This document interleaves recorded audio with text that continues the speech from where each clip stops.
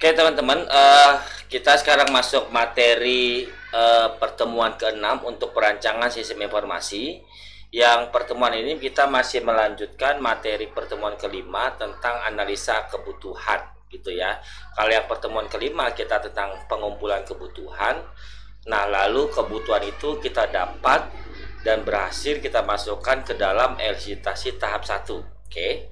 Nah, kali ini seluruh kebutuhan yang berhasil kita kumpulkan tersebut kan kita bawa ke dalam tim perancangan sistem, lalu kita analisis setiap permintaan itu. Nah, itu kita masukkan ke dalam elisitasi tahap 2, di mana di dalamnya ada mandatory, desirable, dan esensial. Nah, setiap kebutuhan kita tentukan prioritasnya, tingkat kebutuhannya, tingkat urgensinya. Nah, untuk lebih jelasnya, teman-teman silakan ikuti materi kali ini, bagaimana menganalisa kebutuhan yang sudah kita dapat pada tahap 1, kemudian kita lanjutkan pada tahap 2.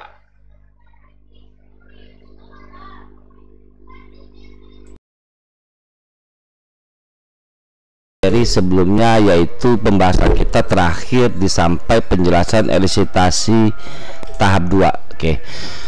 Nah, ini contoh tabel elisitasi tahap 2, di mana perbedaan antara tahap 2 dan tahap 1 bisa kalian lihat secara signifikan gitu ya, bahwa kalau di tahap 1 itu berisi 2 kolom, yaitu nomor dan deskripsi. Nah, di tahap 2 itu berisi 5 kolom gitu. Bedanya dengan tahap 1, kalau tahap 1 cuma ada nomor dan deskripsi, tapi di tahap 2 itu ada 3 kolom tambahan, yaitu MDI. Nah, ini penjelasan dari MDI, yaitu M-nya mandatory, D-nya desirable, dan I-nya essential gitu. Nah, di sini penting saya jelaskan bahwa kalau pada tahap 1 tugasnya adalah mencatat apa yang diminta oleh stakeholder pada tahapan analisis, kemudian hasil dari tahap 1 kalian bawa ke dalam tim untuk dilakukan pengkajian gitu. Oke, nah ini dia untuk dilakukan pengkajian. Nah, tahap 1 sudah. Tahap 2 menjadi bahan kajian tim berdasarkan elisitasi tahap 1 sesuai dengan tingkat kebutuhan. Oke. Jadi di tahap 1 ini kan dari catatannya nih, misalnya saya kan di atasnya saya ingin sistem dapat memiliki fasilitas login dengan username dan password gitu kan, gitu. Nah, mungkin non fungsionalnya itu adalah sistem dapat berjalan dengan aman, dan dengan aman gitu. Nah, ini kan fungsionalnya, ada sesuatu yang kalian buat di dalam sistem tersebut, yaitu menyiapkan fasilitas login. Nah, non fungsional kan harapan. Nah, itu bisa jadi harapannya sistem dapat berjalan dengan aman gitu. Oke, nah lalu di tahap 1 ini kan kalian tinggal copy paste ke tahap 2. Oke, ke tahap 2. Nah, begini. Jadi bunyinya sama persis. Oke. Tahap 1 kalian copy paste di tahap 2. Bunyinya sama persis. Lalu di tahap 2 kalian tentukan dia tergolong mandatory, desirable, atau esensial. Oke. Pada poin ini saya akan menjelaskan bahwa ada hal yang cukup penting, yaitu pada saat penentuan mandatory, desirable, essential gitu. Bahwa mandatory diartikan penting atau wajib itu adalah karena memang sistem itu merupakan pondasi yang wajib harus ada. Apapun kondisinya, sesusah apapun buatnya, semahal apapun biayanya, kalau sudah tergolong mandatori, maka dia wajib diadakan. Tidak bisa ditawar, tidak gitu. Nah, maka harus hati-hati dalam penentuan mandatory, desirable, essential. Misalnya memiliki fasilitas pengelolaan data master gitu ya, yaitu add, delete, edit gitu. Udah. Nah, memiliki fasilitas pencarian dengan berdasarkan jenis dan kategori, misalnya begitu ya. Ini misal loh ya, karena kita belum mengacu pada judulnya apa, tapi ini saya misalnya. Jadi dalam menentukan mandatori itu artinya penting atau wajib. Berarti dalam hal ini kalian sudah tidak bertanya apakah permintaan ini tergolong susah, sulit atau mudah, murah atau mahal ya. Semahal apapun dia, sesulit apapun dia, kalau dia mandatori maka wajib dipenuhi. Itulah mandatori gitu. Oke, misalnya fasilitas add ini saya bilang mandatori gitu ya. Saya sebut dia sebagai mandatori. Kenapa? Karena sistem ini kalau dibangun tanpa fasilitas add, edit, delete, dia tidak akan bisa berjalan. Nah, itulah mandatori. Jadi saya kasih bayangan ke dalam kehidupan realita. Apa itu mandatori? Kalian lihat dalam kehidupan sehari-hari, apa yang menjadi mandatori kalian dalam menjalankan kehidupan sehari-hari. Misalnya kalian butuh makan, berarti makan itu adalah mandatori gitu. Kenapa? Karena tanpa makan bisa jadi kalian tidak bisa beraktivitas dengan baik atau jalannya tidak baik. Nah, itu mandatori. Misalnya kalian mendefinisikan apa yang mandatori seseorang dinyatakan hidup gitu. Misalnya jantung berfungsi dengan baik. Nah, jantung berfungsi dengan baik adalah mandatori gitu. Atau jantung berdetak gitu. Nah, itu mandatori. Kenapa? Karena ketika jantung tidak berdetak, maka dia bukan lagi dikatakan orang hidup, tetapi justru sebaliknya gitu. Jadi ketika mandatori tidak terpenuhi, maka fungsinya akan berubah gitu. Paham ya? Contoh misalnya dalam kehidupan sehari-hari, apa yang mandatori dalam sebuah mobil gitu. Saya ingin kendaraan yang rodanya minimal 4 gitu. Nah, jumlah roda minimal 4 itu dikatakan mandatori untuk sesuatu dikatakan mobil. Nah, itu mandatori.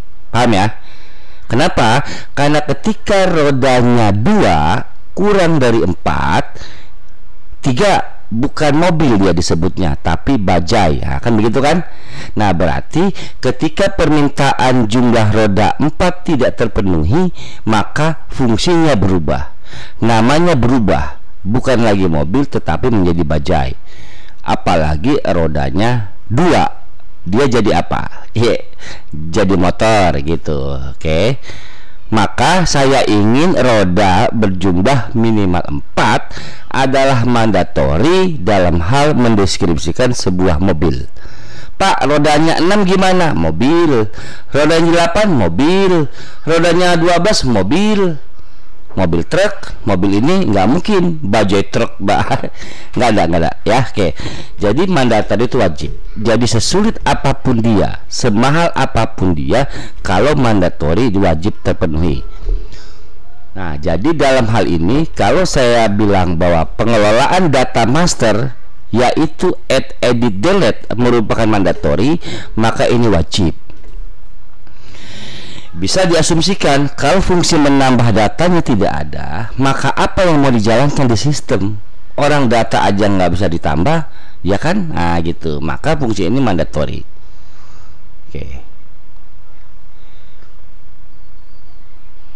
Paham ya? Nah, ini mandatori. Ini yang saya katakan harus hati-hati menentukan mandatori. Lalu apa yang bisa dikatakan desirable dengan penjelasan ini? Yang diinginkan gitu, atau ada yang mengatakan ini penting gitu. Oke. Desirable itu satu level di bawah mandatory. Dia termasuk hal yang penting, tetapi tidak masuk dalam unsur wajib, gitu. Jadi saya sederhanakan gini, permintaan yang sifatnya mandatori itu udah tidak memandang murah atau mahal, susah atau gampang, bagus atau jelek. Kalau udah mandatori wajib, oke. Tapi kalau ada permintaan yang kalian deskripsikan sebagai sesuatu yang desirable, maka dia ada pertimbangan tertentu. Oke. Keberadaan permintaan desirable itu adalah menyempurnakan sistem yang sudah ada, tetapi tidak membuat sistem yang ada tidak bisa berjalan tanpa desirable, gitu. Oke. Paham ya? Jadi desirable menyempurnakan sistem yang sudah ada. Jadi kalau mandatory wajib ada tanpa pertanyaan, desirable adalah dia tidak mandatory, tetapi kalaupun ada dia lebih baik, gitu. Dia menyempurnakan. Contoh, saya pengen makan, cukup pakai lauk, cukup pakai nasi, itu mandatory. Oke. Makan pakai nasi itu mandatory. Contoh ya. Lalu di mana desirable-nya? Saya ingin makan pakai nasi dengan sayur, tempe, ikan, daging. Nah, sayur, tempe, ikan, daging tadi menyempurnakan fungsi makan kalian, gitu. Karena lebih 4 sehat, 5 sempurna, gitu. Nah, itulah keberadaan desirable, gitu. Jadi dalam hal ini saya katakan bahwa permintaan memiliki fasilitas pengolahan data master, yaitu add, edit, delete, merupakan sesuatu yang mandatory. Yes. Karena ketika fasilitas menambah data, menghapus dan mengurangi data tidak ada, maka otomatis tidak ada data apapun yang bisa diolah. Ketika tidak ada data apapun yang bisa diolah, maka fungsi pun, sistem pun tidak berfungsi. Paham ya? Maka ini saya kategorikan mandatory. Lalu bagaimana dengan permintaan nomor 1, login dengan username dan password? Apakah mandatory? Oke, saya mau tanya, ketika kalian punya sebuah mobil tidak ada rodanya, apakah itu bisa berjalan? Tidak. Kenapa? Ketika mobil tidak ada rodanya, maka mobilnya tidak berfungsi dengan baik. Tidak bisa jalan malah, kan? Berarti keberadaan roda pada sebuah mobil adalah mandatory. Karena ketika rodanya tidak ada, mobilnya tidak berfungsi. Itulah mandatory. Oke. Nah, roda pada mobil sama halnya kalau saya bayangkan ini. Fasilitas pengolahan data master, add, edit, delete. Pak, ada lagi mesin baik. Ya itu banyak. Itu saya kasih contoh saja. Ketika roda tidak ada, keempat roda tidak ada, maka mobilnya tidak berfungsi. Maka keberadaan roda pada mobil adalah mandatory. Paham ya? Oke. Nah, lalu apa yang desirable nih contohnya? Oke. Saya fasilitas login dengan username dan password mandatory atau desirable? Mandatory? Siapa yang desirable? Oke, saya bilang bahwa ini adalah desirable. Gitu. Loh, Pak, kan desirable, kan password penting, Pak. Kalau nggak di password nanti sistemnya bobol. Yes. Tapi apakah tanpa login sistem tidak bisa berjalan? Berjalan. Ada kok sistem tidak ada password. Betul kan? Tapi sistemnya berjalan, men. Walaupun tidak ada fasilitas login. Tidak aman, iya. Gitu. Karena bisa semua orang masuk, iya. Tapi berarti bisa berjalan kan sistemnya? Bisa berjalan kan? Oke. Maka keberadaan fasilitas login itu disebut sebagai desirable. Kenapa? Walaupun sistem tanpa login dia tetap bisa digunakan. Yes, cuma tidak aman. Paham ya? Maka diadakanlah fungsi login untuk mengamankan sistem. Berarti menyempurnakan sistem yang sudah ada. Nah, itulah desirable.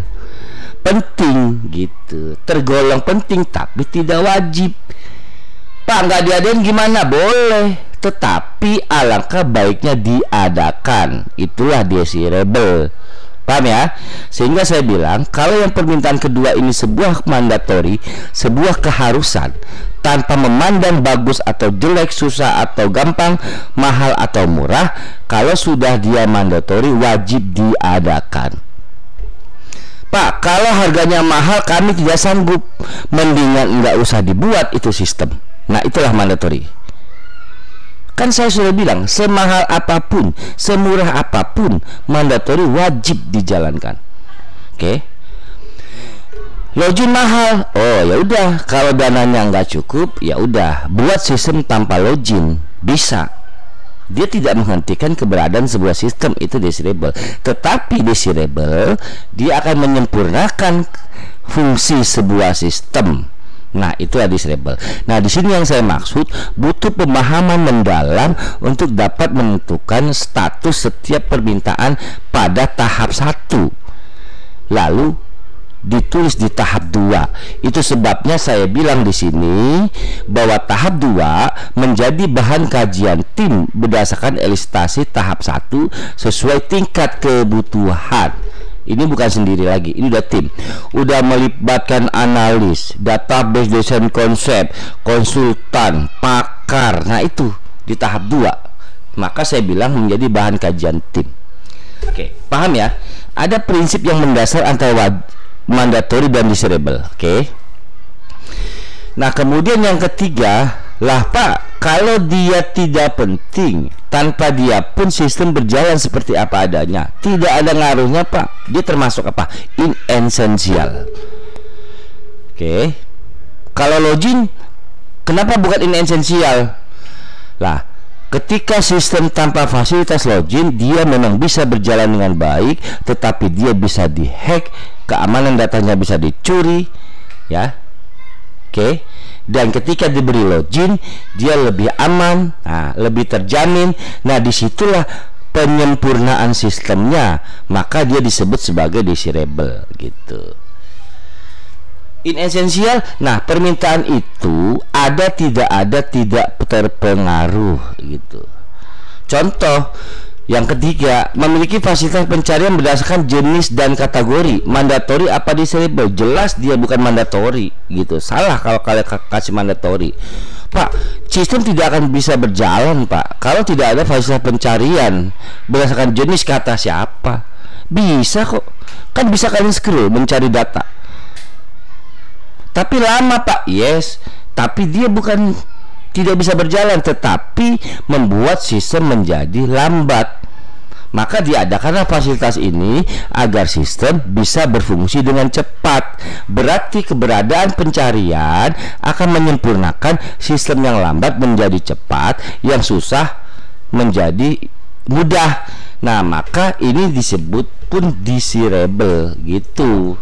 Kenapa? Karena fasilitas pencarian fungsinya menyempurnakan sistem yang ada, dia desirable.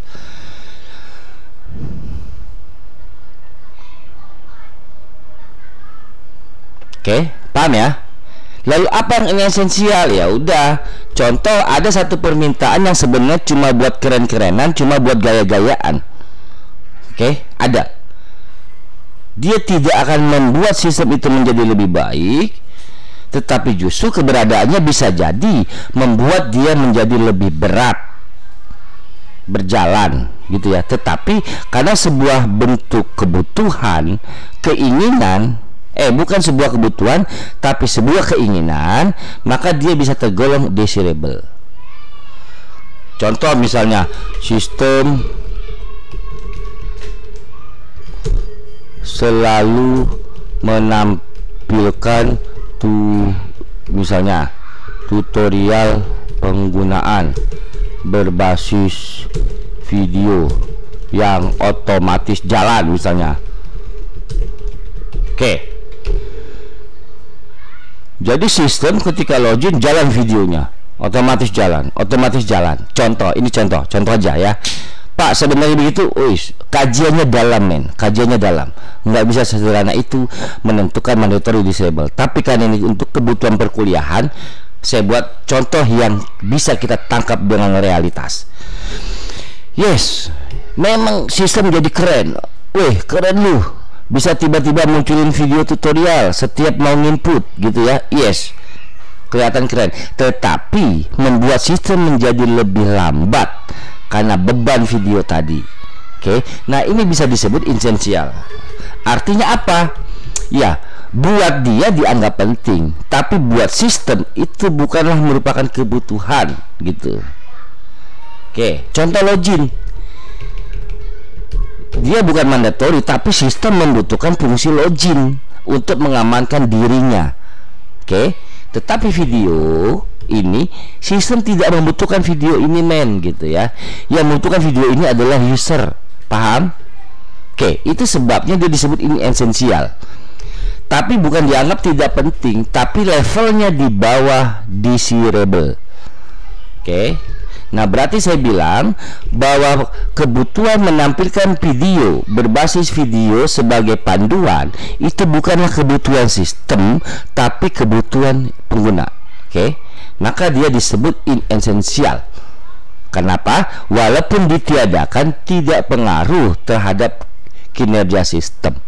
Justru dengan dia diadakan malah mempengaruhi kinerja sistem. Itulah disable. Paham ya? Oke. Fungsi ininya apa Pak? Non fungsionalnya masih sama, ngikut yang tahap 1 ada di tahap 2 gitu ya. Oke, jadi ini tetap ikut ke tahap 2. Oke, di tahap 2. Oke. Nah, ini dia. Nah, tahap 1, kalau jumlah permintaannya ada 3 ya, tahap 1 ada 3. Oke, paham ya? Tahap 1 ada 4, maka tahap 2 ada 4. Jumlahnya sama persis, posisi permintaannya sama persis, bunyinya sama persis. Kalau terjadi kesalahan ketik di tahap 1, bahkan di tahap 2 pun harus mengikuti kesalahannya sama persis. Saya mau bilang bahwa isi description di tahap 1 sama dengan di tahap 2. Bedanya adalah di tahap 2 ditambah fungsi mandatory disable inessential gitu, dengan kajian lebih mendalam.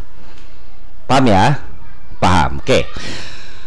Itulah perbedaan mandatory disable dan inessential gitu pada tahap 2 menjadi bahan kajian tim berdasarkan tahap 1. Selanjutnya, hasil dari kajian tahap 2 setelah kita tentukan mandatory desirable inessential, lalu masuklah ke tahap 3. Oke, ini tahap 3. Di tahap 3 terjadi kajian setiap kebutuhan dipandang dari sisi teknikal, operasional, dan ekonomik gitu. Oke. Nah, tahap 3 lebih dalam lagi. Ada kajian teknikal, operasional, ekonomik, di mana setiap teknikal ada low, middle, high, low, middle, high, low, middle, high. Penjelasannya agak panjang gitu ya, karena ini durasi untuk kebutuhan digital learning. Saya potong menjadi 3 sesi khusus materi elisitasi. Oke. Ini adalah sesi 2. Saya selesaikan sampai dengan pembahasan tentang tahap 2, mandatory desirable essential. Oke, mandatory penting, desirable tidak penting tapi sangat maka kalian jangan mengartikan begitu gitu ya. Mandatory wajib ada, desirable tidak wajib tapi keberadaannya menyempurnakan sistem, inessential tidak mempengaruhi kinerja sistem. Oke. Kalau saya tarik ke dalam contoh kehidupan sehari-hari, misalnya mandatory itu wajib, desirable itu sunnah, inessential.